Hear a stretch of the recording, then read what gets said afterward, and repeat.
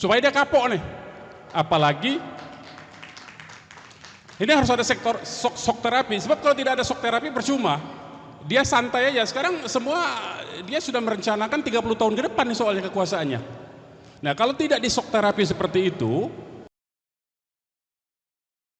kalau tidak ada upaya untuk ini kan tinggal berapa bulan nih. Saya kira teman-teman di luar negeri bisa punya kesempatan dalam beberapa bulan ini untuk mendaftarkan gugatan di berbagai pengadilan di luar negeri, apakah di Australia, apakah di New York, apakah di Inggris, apakah di Jerman, semua tempat yang memungkinkan. Apa yang dibawa sistem dari luar itu kalau selama para pemimpinnya masih bermental seperti tadi, itu akan dimodifikasi sedemikian rupa sehingga hanya dibuat untuk menguntungkan grup dan crony-nya saja. Jadi kita percuma membanding-bandingkan kalau gerombolan pemimpinnya tidak diganti. Nah, ini yang harus kita contoh sebetulnya. Jadi saya berharap ya diaspora Indonesia ini bisa sebetulnya dengan mekanisme hukum seperti itu mengajukan gugatan dengan surat kuasa dari korban pelanggaran HAM di Indonesia. Kalaupun dia tidak ditangkap pada saat kunjungan kenegaraan di luar negeri sekarang, ketika dia pensiun kan, ketika dia keluar negeri dia ditangkap tuh, beserta beberapa orang kroninya itu.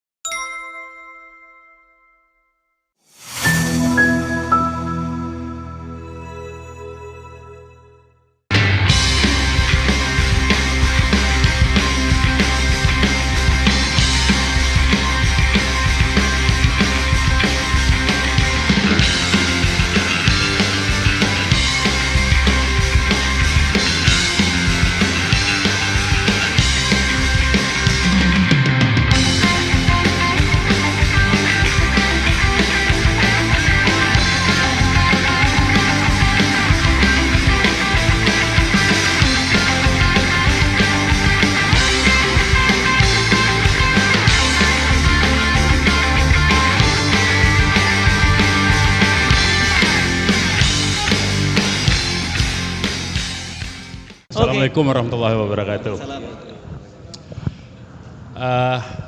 Terima kasih kepada Bapak Ibu semua, kepada moderator Mas Hersu, dan di sini saya terima kasih. Saya belum terima kasih pada Pak Fahrul Razi ini. Pak Fahrul Razi ini pada saat menjadi Menteri Agama, beliau ini yang menghalangi atau jadi palang pintunya FPI tidak dibubarkan. Tapi begitu tidak setuju, tepuk tangan untuk Pak Fahrul Razi. Terima kasih dulu Pak. Karena belum ada secara resmi mengucapkan terima kasih ke Pak Fahrul Razi ini. Tapi begitu kemudian, seminggu kemudian saya diundang ke rumah dinasnya, seminggu kemudian beliau diberhentikan oleh Jokowi waktu itu. Benar Pak itu Pak ya? Benar. Jadi ini nggak bohong. Jadi betul-betul Pak Fahrul Razi ini apa yang dia ucapkan sama dengan apa yang ada di kepalanya, apa yang ada di hatinya, saya kira. Itu satu catatan penting. Yang kedua juga Pak Gatot juga begitu sebetulnya dulu waktu 212 lagi rame itu. Nah, saya sebetulnya ada poin pertama yang saya mau sampaikan, kenapa Indonesia tidak bisa sama dengan Singapura, dengan Jerman, dengan Turki, dengan negara luar lah. Ya karena pemimpinnya itu bengis dan kejam kepada rakyat, tapi dengan pihak asing, negara dalam konteks ya modal maupun negara asing itu menyembah dan inlander mentalnya. Lihat saja beberapa menteri kemarin yang Elon Musk itu berfoto ya di belakang kayak dayang-dayang aja begitu, padahal dia menteri itu. Kalau Erdogan tadi kan diusirnya malahan ke duta-duta besar itu. Indonesia nggak berani karena karakter pemimpinnya memang karakter semua. Jadi dia orientasinya itu menyembah kepada pihak luar, menyembah kepada negara asing, menyembah kepada modal asing dan kepada oligark, tapi kepada rakyat itu kejam dan bengisnya luar biasa ya. Dan itu terbukti misalnya aparat-aparat negara kita ini sudah jadi kacung modal. Kita bisa saksikan satu lembaga yang harusnya ngurus urusan teroris tapi ngurusin Kejaksaan Agung, nyerbu Kejaksaan Agung. Apa Kejaksaan Agung itu apa markasnya teroris? Itu kan perlu dipertanyakan itu sebetulnya. Nah, jadi itu menurut saya menjadi bukti penting bahwa institusi yang keluar dari tupoksinya itu membuktikan bahwa institusi itu sudah menjadi alat politik sebetulnya. Ya saya tidak takut karena dia lagi sibuk ngejar Kejaksaan Agung sebetulnya. Biarin aja itu. syukur-syukur terus-terusan itu. Itu yang pertama. Nah yang kedua, karena memang tadi bicara sistem, bicara apa namanya, bicara karakter pemimpinnya, bicara sistemnya. Kalau saya sih sebetulnya apa yang dibawa sistem dari luar itu, kalau selama para pemimpinnya masih bermental seperti tadi, itu akan dimodifikasi sedemikian rupa sehingga hanya dibuat untuk menguntungkan grup dan crony-nya saja. Jadi kita percuma membanding-bandingkan kalau gerombolan pemimpinnya tidak diganti. Nah, saya punya usul sebetulnya konkret saja dengan diaspora ini. Ini mumpung ada diaspora sebetulnya yang ada di beberapa negara. Saya mau mengambil contoh itu, ini untuk shock terapi sebetulnya, supaya yang jadi pemimpin ke depan tidak main-main. Ya, ini kita ambil contoh waktu Pinochet. Waktu Pinochet itu para aktivis diaspora dari Chili itu yang berada di Spanyol dan Inggris itu mengajukan gugatan kepada Pinochet, dan kemudian pengadilan Spanyol dan pengadilan di Inggris itu menetapkan kemudian kalau Pinochet berada di dua wilayah negara ini, Pinochet ditangkap. Nah, ini yang harus kita contoh sebetulnya. Jadi saya berharap ya diaspora Indonesia ini bisa sebetulnya dengan mekanisme hukum seperti itu mengajukan gugatan dengan surat kuasa dari korban pelanggaran HAM di Indonesia. Sebetulnya korban pelanggaran HAM kan banyak. Ada 700 lebih petugas KPPS yang tewas 2019. Ada kemudian 10 orang yang tewas waktu demonstrasi di Bawaslu. Ada 6 orang pengawal Habib Rizik yang dibantai. Semua dalam satu rezim itu. Jadi mulai dari tahun 2019 sampai dengan tahun 2020 itu ada hampir 1.000 orang artinya. Nah, saya berpikir supaya diaspora yang ada di berbagai negara ini yang sistem hukumnya bisa membuka peluang untuk diajukan gugatan secara perdata dulu untuk nama-nama tertentu, terutama pucuk pimpinannya. Kalau ini orang berkunjung ke negara itu dikeluarkan surat perintah penangkapan dari pengadilannya supaya dia kapok nih. Apalagi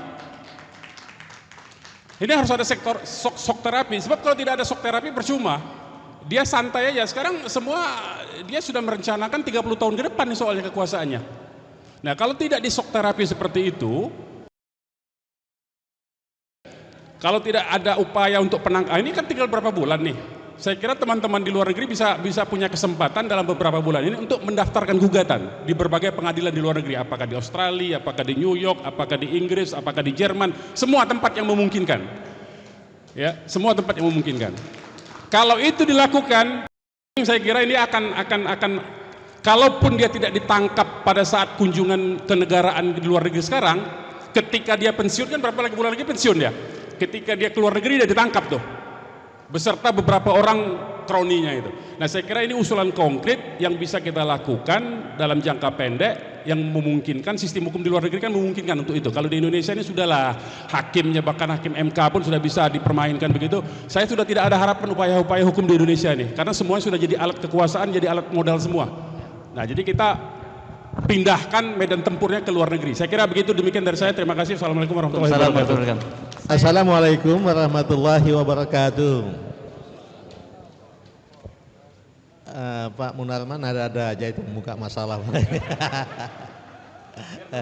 Iya. Kalau saya fair pada saat ngomong dengan beliau itu ya, saya bilang, Pak, saya tidak ada kaitan khusus dengan FPI. Saya tidak pernah ada ikut pengajian FPI. Tidak pernah ketemu personali dengan Habib. Kecuali pada saat dia menikahkan anak, saya diundang dan saya bertemu di antara ratusan undangan gitu ya. Tapi menurut akal sehat saya, kira-kira begitulah ya. Tidak ada sesuatu, mereka bukan ancaman. Masalah dia mengkritik malah bagus untuk menjadi masukan bagi pemerintah. Jadi menurut akal sehat saya, tidak harus dia dibubarkan gitu ya. Dibina saja dengan baik gitu ya. Sampai situ aja lah. Nanti menjawab. Oke. Ya, gitu. Tadi yang dari diaspora ada tanggapannya Pak tentang pernyataan dari para diaspora tadi? Iya, kalau diaspora tadi saya kira masukan-masukannya sangat masuk akal ya. Tapi kalau ngomong masuk akal ya pejabat-pejabat yang mohon maaf ini sekarang ini pun kalau diajak ngomong masuk akal semua juga. Tapi melangkahnya nggak masuk akal gitu ya. Gitu ya. Kita pengalaman juga pada saat kita bicara dengan perorangan pasti nyambung, wah seneng kita nyambung. Tapi pada saat di sidang kabinet nggak nyambung. Lihat-lihat gitu kan, kalau sana ngomong A, saya jangan ngomong B, saya ngomong A juga ini, kira-kira begitu. Tapi itu udah nggak aneh seperti itu buat negara kita pada saat ini. Tapi saya kira kalau kita semua punya tekad yang sama untuk berbenah, semua juga ngomong, tadi saya pendapat awal tadi, kita buat kita ini tidak menjadi seolah-olah yang penghantam pemerintah, bukan. Justru kita membuat kita menjadi kawan, pasukan kawan yang memberikan masukan-masukan yang logis bagaimana membenahi bangsa ini. Dan saya kira di kita banyak tokoh-tokoh yang mampu melakukan pendekatan itu. Ibu tadi juga ngomong bagus, menunjukkan data-datanya apa. Ya mudah-mudahan pelan-pelan kita terbenahi. Dan saya kira pemimpin sudah ganti. Saya optimis pemimpin ini punya tekad untuk berbenah. Tinggal kita sama-sama memberikan masukan dan mengawal. Mudah-mudahan Indonesia akan menjadi lebih baik ke depan. Terima kasih. Assalamualaikum warahmatullahi wabarakatuh. Bismillahirrahmanirrahim. Assalamualaikum warahmatullahi wabarakatuh. Yuk. Pak Bung Hatta, belajar dulu filosofi Jawa. Filosofi Jawa nggak begitu. Dia cuma niru-niru yang jadi pengkhianat saja, bukan yang betul. Karena kalau persyaratannya ada ambek, adil, paramarta. Jadi pemimpin itu harus adil, bisa membedakan antara yang penting dan tidak. Dia punya karisma, punya nggak karisma? Tukang pelitur kan nggak ada, ya. Tidak pamrih sehingga anaknya tidak kemudian dijadikan wakil presiden dengan segala macam persoalan, sehingga sampai semua teori ilmu politik tentang rekrutmen dihilangkan oleh MK. Sebelum election itu ada selection.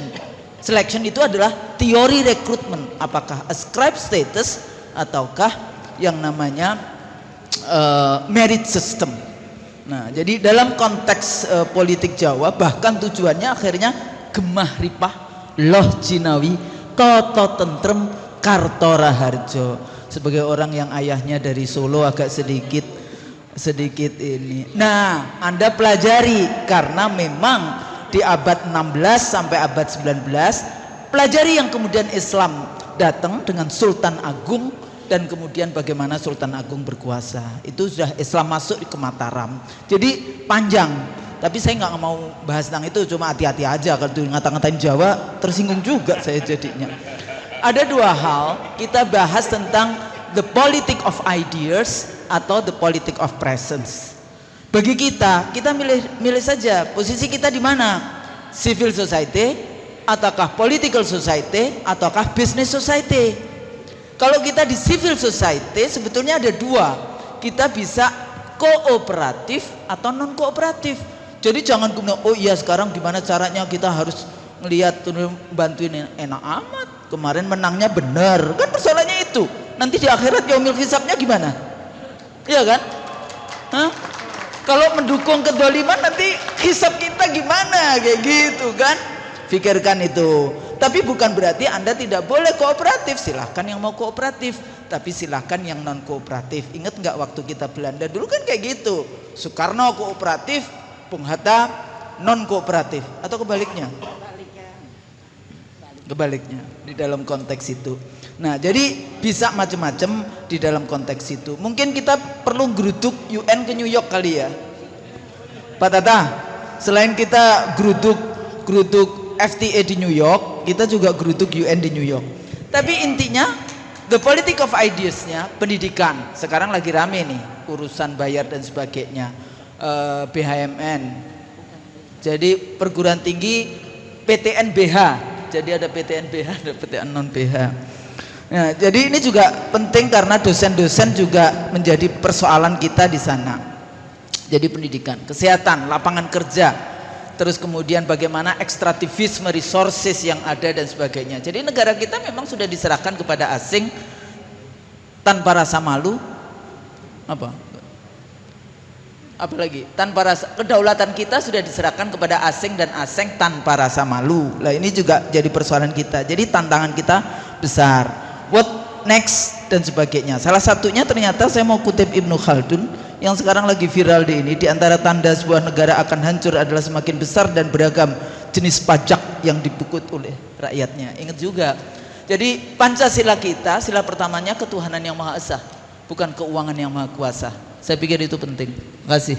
Assalamualaikum warahmatullahi wabarakatuh. Sobat RH sekalian, jumpa lagi kita di channel yang keren ini. Keren cadas. Ya sobat RH sekalian, ini ada berita yang ngeri-ngeri sedap ya. Beredar kabar istana ketar-ketir Jokowi jadi presiden pertama yang masuk penjara. Ini menarik ya untuk kita bahas karena begitu powerfulnya orang ini. Katanya tingkat kepuasannya 80% ya bagi kodarisme. Kemudian mendapatkan kemenangan 2 kali di Solo, 1 kali di DKI, 2 kali di Indonesia atau pemilihan presiden. Tapi di akhir masa pemerintahannya seperti kata Time Magazine, from New Hope to Mulyono.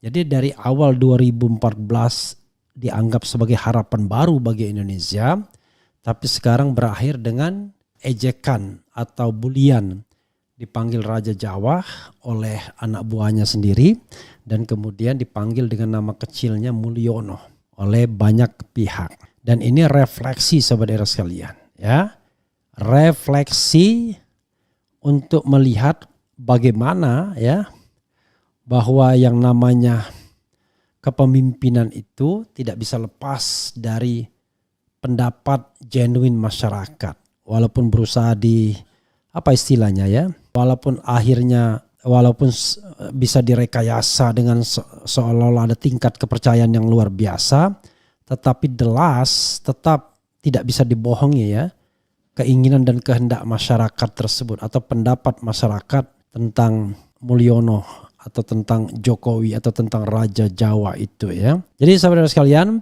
ini hal yang menarik ya sebagai bahan refleksi bagi kita semua agar melaksanakan kekuasaan itu secara amanah.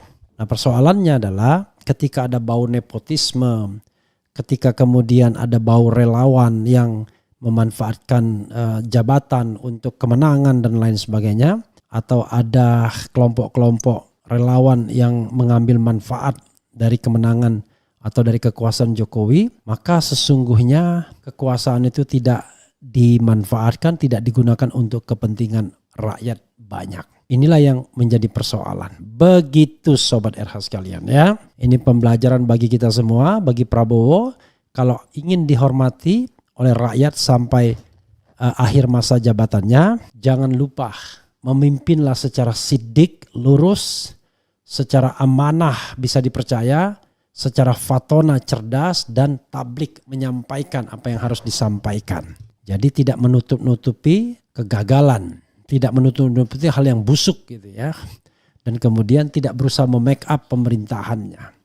Pemerintahan dijalankan dengan amanah dan disampaikan dengan amanah pula apa yang terjadi. Saya juga bikin polling sahabat sekalian sekedar ingin tahu saja soal yang terkait dengan tanggapan masyarakat. Apakah setuju kalau Jokowi diadili setelah lengser? Ya, sudah 1.400 yang voting, yang setuju 96%, yang tidak setuju 4%. Kita bacakan apa yang ada sehingga istana kemudian merasa ketar-ketir ya. rmol.id beredar kabar istana ketar-ketir Jokowi jadi presiden pertama yang masuk penjara. Republik Merdeka, kondisi pemerintahan Presiden Joko Widodo yang diduga sudah tidak baik-baik saja terungkap ke publik. Adalah sebuah video berdurasi kurang dari semenit dan viral di media sosial Instagram dalam beberapa hari ini yang mengungkap hal tersebut. Video tersebut diunggah akun Didin_Dharma dengan judul Ring 1 Khawatir Jokowi Presiden pertama yang dipenjara pada Selasa kemarin ya. Isi video tersebut menayangkan pernyataan pengamat dan praktisi hukum Johan Silalahi dalam sebuah forum diskusi bersama sejumlah pakar hukum tata negara. Direktur Negarawan Center itu menyampaikan informasi yang dia peroleh mengenai kondisi di istana saat ini, terutama kaitannya dengan Presiden Jokowi. Saya mendengar sendiri dari Ring 1 Istana yang membantu Presiden Jokowi sampai sekarang. Mereka sampai bilang mereka khawatir presiden pertama di Indonesia yang masuk penjara adalah Presiden Joko Widodo, ujar Johan dikutip kantor berita politik dan ekonomi RMOL. Akan tetapi dia juga mendapat informasi adanya kesepakatan bersama dalam upaya menghindari penegakan hukum terhadap Jokowi. Saya mendengar ada konsensus tidak tertulis di negara ini bahwa seolah-olah presiden dan wakil presiden itu kebal hukum, ucap Johan. Pada saat menjabat dan saat tidak menjabat mereka tidak bisa disentuh oleh hukum, mereka dilindungi oleh hukum, itu tidak tertulis, sambungnya. Namun dirinya memandang kalaupun ada konsensus antara pihak-pihak tertentu untuk melindungi Jokowi dari penegakan hukum, maka hal tersebut sama saja mengkhianati konstitusi. Padahal kalau kita lihat konstitusi kan jelas tidak ada satu orang pun yang kebal hukum di negara ini. Semua warga negara baik presiden atau siapapun di profesi paling bawah itu sama di mata hukum dan pemerintahan, tuturnya. Berarti tidak ada kekebalan hukum kepada presiden, wakil presiden, juga mantan presiden dan mantan wakil presiden, tegas Johan. Ya, tadi videonya pun kita sudah dengarkan ya, sahabat era sekalian. Ini pastinya ngeri-ngeri sedap ya, karena memang banyak komponen masyarakat yang menginginkan agar Presiden Jokowi diadili. Ini polling kita sudah 2.200 yang nonton. Yang setuju Jokowi diadili 96%, yang tidak setuju cuma 4% saja. Oke, coba kita lihat alasan setujunya. Ya, bilang sangat setuju. Mulyono harus diadili, banyak pelanggaran. Setuju adilin Joko Widodo. Setuju adilin seperti Presiden Taiwan pada tahun 2004.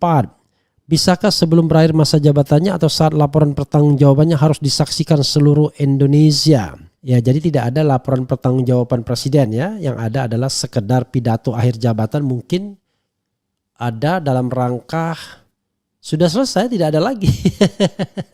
Karena pidato itu ya Agustus kemarin ya, tidak ada pidato pertanggungjawaban. Kita harus lakukan itu jika tidak akan datang rezim baru yang berlaku sewenang-wenang terhadap masyarakat, apalagi jika masyarakat tidak berontak akan ada penindasan yang merugikan rakyat. Itu harus diutamakan, harus diadili dan dimiskinkan karena begitu banyak uang negara dipakai untuk kepentingan kroni dan keluarga termasuk partai yang mengusungnya, PDIP. Sejarah pasti akan menemukan jalannya sendiri, hukum tabur tuai itu nyata. Buat apa mau diadili? Sudah bukan presiden, waktu yang lalulah diadili. Ada yang bilang begitu, setuju. Bahkan kalau bisa sebelum lengser harus diadili, ada yang bilang begitu. Gas, warisan Mulyono adalah utang negara membengkak akibat ambisinya buat IKN. Nggak ada kerjaan, cari kerjalah biar nggak nyinyir terus. Ini Danindra ya. Anda yang pasti yang nggak jelas nih ya. Jangan hanya Jokowi semua yang menjadi bagian dari rezim, kalau bisa ya oligarkinya juga lah. Itu menurut saya, maaf kalau salah, benar ya. Tapi makin banyak yang diadili ya makin sulit banget. Katakan yang benar walaupun pahit karena kerusakannya sampai 190 tahun. Emangnya diadili tentang apa? Coba sebutkan jadi jelas konten Anda. Nah, ini enggak jelas ini ya. Jadi sahabat sekalian ya, potensi untuk presiden diadili adalah satu, menyangkut dugaan KKN baik diri maupun keluarganya. Itu kan sudah dilaporkan ke KPK ya. Termasuk gratifikasi, termasuk trading in influence, keterlibatan dengan kelompok-kelompok bisnis dan lain sebagainya. Itu satu. Yang kedua, dugaan pelanggaran hak asasi manusia baik by commission melakukannya sendiri atau by omission, yaitu pembiaran seperti dalam kasus KM50. Dua hal itu yang kemudian punya potensi Presiden Joko Widodo diadili ya. Dan ya, kalau kita bicara tentang pelanggaran HAM ya banyak lah ya. Memenjarakan aktivis-aktivis. Kemudian kalau kita bicara lagi tentang ngobok partai-partai politik ya, melakukan konspirasi dan lain sebagainya. Jadi banyak hal yang bisa dituduhkan dan ditudingkan kepada Presiden Jokowi. Apalagi dia mengatakan bahwa yang namanya partai politik itu dia tahu semua informasinya dan lain, kemana arahnya dan lain sebagainya. Dengan bangganya dia mengatakan itu. Ya, begitulah bunyinya. Ini tidak ada kaitannya dengan sentimen atau tidak, tapi ini adalah bagaimana menegakkan hukum sebaik-baiknya dan sebenar-benarnya. Bagaimana kalau ternyata tidak ada kesalahan? Ya kalau tidak ada salah ya jangan diadili. Hanya orang yang melakukan kejahatan yang harus diadili. Kalau tidak ada ya tidak boleh. Tetapi tidak boleh juga ada sebuah kekuatan yang kemudian berusaha melindungi dan kemudian tidak boleh menegakkan hukum dengan alasan dia adalah mantan presiden. Kalau begitu, presiden selanjutnya akan semena-mena dan kemudian tidak bisa diadili. Ini juga warning bagi Presiden Prabowo Subianto. Ya. Jangan merasa dirinya kuat. Karena yang kuat dan berdaulat itu rakyat Indonesia. Cuma rakyat diam itu karena dia mungkin takut, tapi begitu dia menemukan momentum untuk bersatu, maka tidak ada lagi yang bisa menghalanginya untuk kemudian untuk bersama-sama menumbangkan rezim yang zalim, ya, baik dengan cara menumbangkannya dari pemerintahan maupun mengadilinya ketika tidak lagi berkuasa. Begitu sobat era sekalian, ya. Jadi kita ambil hikmahnya, bukan kita ambil horornya. Itu menunjukkan bahwa penegakan hukum di negara tersebut berjalan dengan baik. Begitu, ya sobat era sekalian. Jadi sobat semuanya, ya, ini menjadi pembelajaran bagi kita semua, bagi Presiden Prabowo. Kalau Anda ingin dicintai rakyat, maka bekerjalah untuk rakyat. Presiden Jokowi dengan telanjang, mata telanjang, itu tidak bekerja untuk rakyat, tapi bekerja untuk dinasti keluarganya dan oligarkinya. Tanda-tandanya adalah menjadikan anak menantunya sebagai pejabat publik, menjadi pentolan partai politik, dan memelihara para buzzer serta para relawan yang terus-menerus dipelihara organisasinya, bahkan diberi jabatan. Padahal sobat era sekalian, tidak boleh menggunakan nama presiden untuk nama organisasi karena rawan penyalahgunaan jabatan. Ini enggak. Ini nama Jokowi dipakai dengan secara murah kemana-mana, ya, oleh para organisasi yang jelas-jelas tidak boleh menggunakan nama seorang presiden karena akan ada konflik of interest, akan ada penyalahgunaan kewenangan, akan ada penyalahgunaan jabatan. Begitu sobat era sekalian, ya. Tidak harus menunggu Prabowo Gibran kalah untuk mengadili Jokowi. Asal masyarakat kompak dan menginginkan pengadilan tersebut, insya Allah akan diadili. Bahkan Gibran pun tak akan terlepas dari pengadilan impeachment seandainya Prabowo menginginkan itu dan rakyat membackupnya. Atau sebaliknya, rakyat menginginkan itu dan Prabowo membiarkannya. Menggelinding sebagai sebuah jalan sejarah. Sekali lagi, ini pembelajaran bagi siapa saja yang berkuasa. Jangan sombong, jangan mentang-mentang berkuasa, jalankan kekuasaan dengan amanah dan ingatlah bahwa kekuasaan tersebut bukan kenikmatan, tapi sebuah bara api yang harus dipertanggungjawabkan baik di dunia maupun di akhirat. Jadi kalau Anda berkuasa dan Anda kemudian merasa bergembira, bersenang-senang, seolah-olah kekuasaan tersebut adalah nikmat, rahmat, berkah dan lain sebagainya, Anda salah. Kekuasaan itu adalah bara api yang akan memunculkan dosa besar kalau Anda tidak amanah. Apalagi selain tidak amanah, Anda korupsi pula. Wah, tambah besar dosanya. Ya, saya tahu Anda mungkin tidak takut, hai para pejabat. Tapi ingatlah, pengadilan itu akan datang baik di dunia maupun di akhirat. Siapa menabur angin pastilah akan menuai badai. Sooner or later, cepat atau lambat. Dan rasanya tidak mungkin itu tidak ada pembalasannya. Baik pada kehidupan ini maupun kehidupan setelah kematian. Ya, karena kalau tidak, negara ini atau kehidupan ini zalim sekali. Kalau seandainya tidak ada pembalasan terhadap dosa-dosa atau kejahatan yang kita perbuat. Apalagi oleh pejabat publik yang seharusnya amanah dan berbuat baik bagi rakyat atau masyarakat atau warga negaranya. Itu saja, semoga bermanfaat sobat era sekalian. Wassalamualaikum warahmatullahi wabarakatuh. Keren, cadas, cia.